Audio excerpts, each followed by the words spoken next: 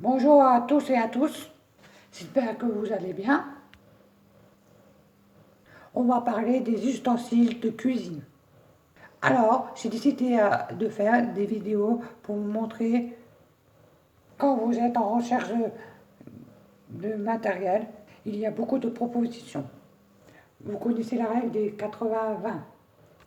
20% du matériel pour 80% des actions. C'est exactement ce que je vais vous montrer. Ne soyez pas inquiets, avec une vingtaine d'ustensiles, vous faites tout en cuisine. Je vais vous prouver. Alors là, on va aller sur le matériel qu'on se sert le plus souvent.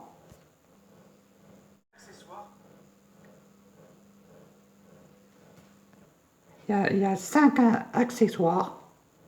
Je vais vous montrer le premier. Ça, c'est une louche, un pochoir ou une louche, comme vous voulez. Elle permet d'aller très profond dans des aliments, dans des casseroles, des fétous, pour aller chercher au fond comme ça. Si vous n'avez pas le même modèle, c'est pas grave. Hein. Vous avez ce que vous avez ce que vous avez dans votre ustensile. Ne le jetez pas, hein, ce que vous avez. C'est pas grave si vous n'avez pas une louche comme ça. Maintenant, je vous montre l'écumoire. Voilà, ça c'est une écumoire. Je vais vous expliquer. Elle permet de... Elle ne retient pas le liquide. Elle peut sortir des éléments dans une préparation qu'on veut séparer du liquide, des légumes et même de la friture. Ça c'est très pratique. L'écumoire. Ensuite, on a le fouet.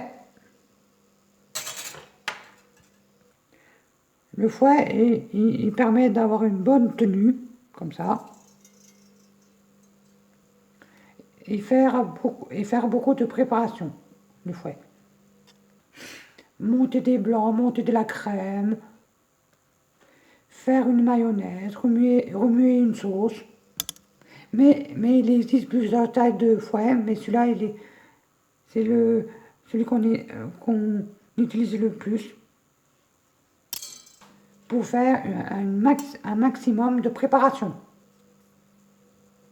Ok? Voilà pour le fouet. Maintenant, à côté, on pousse ça. Ouais, oups. Voici la maryse. La maryse. Je vais vous dire qu'est-ce que c'est. Elle est quand même particulière, la maryse. La maryse, elle est souple, regardez. Et elle peut aller dans tous les coins de remuer, dans tous les coins, sans abîmer les casseroles et les autres, les casseroles, les plats. Et elle résiste à de fortes températures, la maryse. Ça c'est important. Ok? Ok pour la maryse. Maintenant, on va passer à la cuillère en bois.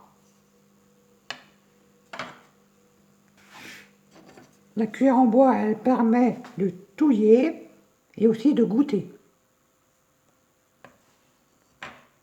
La cuillère en bois, elle est très pratique. On a vu en premier temps les ustensiles qui vous permettent. On a vu en premier temps les ustensiles qui vous servent à tout. Maintenant, on va rentrer dans une gamme un petit peu plus spécifique, qui est du matériel de pâtisserie, mais aussi qui peut servir pour tes préparations salées. Pour commencer, il y a ce cercle.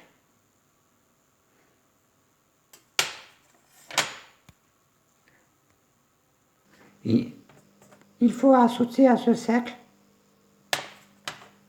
une toile de cuisson qui est indispensable parce qu'il n'y a pas de fond. Vous voyez?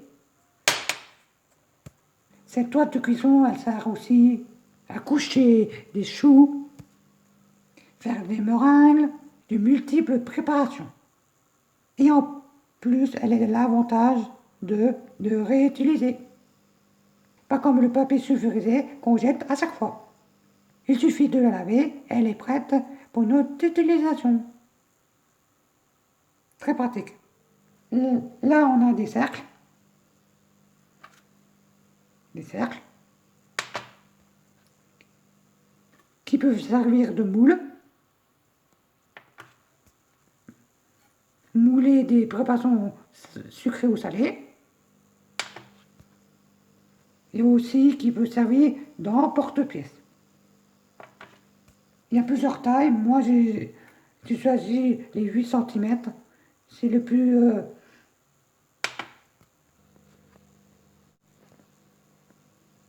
qui représente une portion. Maintenant, je vais vous présenter le pinceau. C'est pas un pinceau pour faire de la peinture. Hein. C'est pas pour... ça, c'est pas pour repeindre les murs. Hein. Ça sert à beaucoup de choses. À décoller des sucres dans une casserole.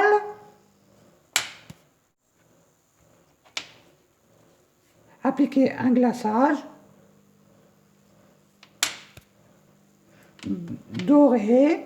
On peut dorer avec aussi. La pâte à choux, par exemple.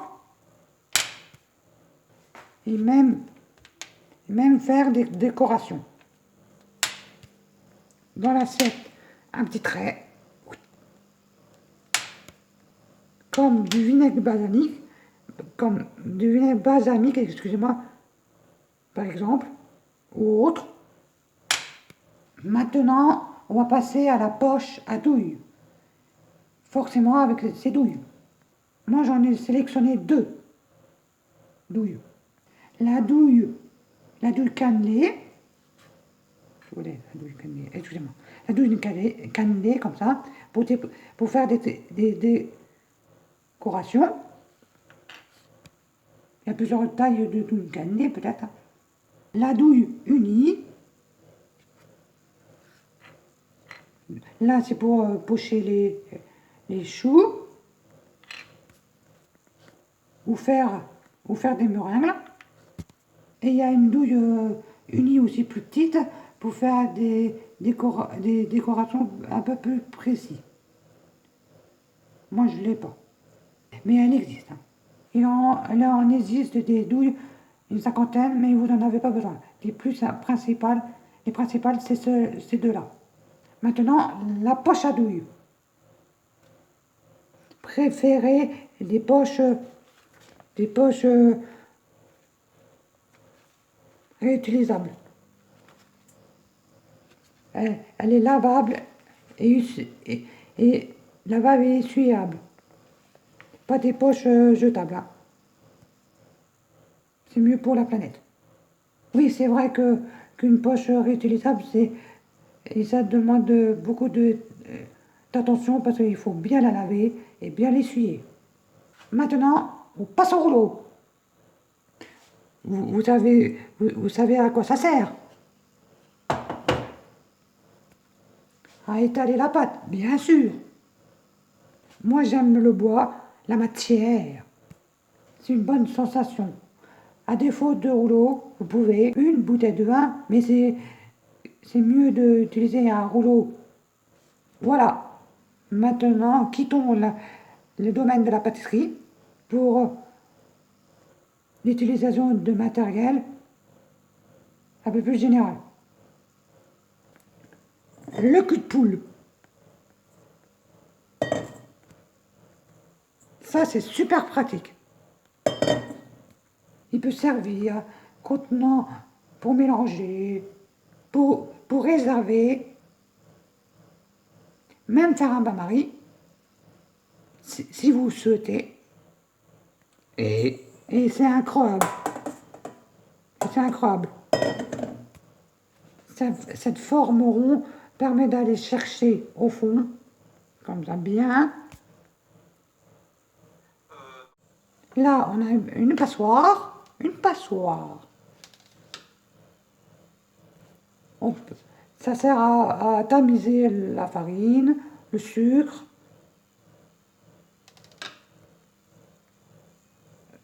Sucre glace, de la fécule, ou même boire, passer des petits jus pour les filtrer. Ça c'est très bien aussi. Voilà, on a fait tour du petit matériel. Alors, si vous n'avez pas du matériel aussi perfectionné, c'est pas grave. Voici tout ce que je... Voici les ustensiles. À plus tard, bonne journée.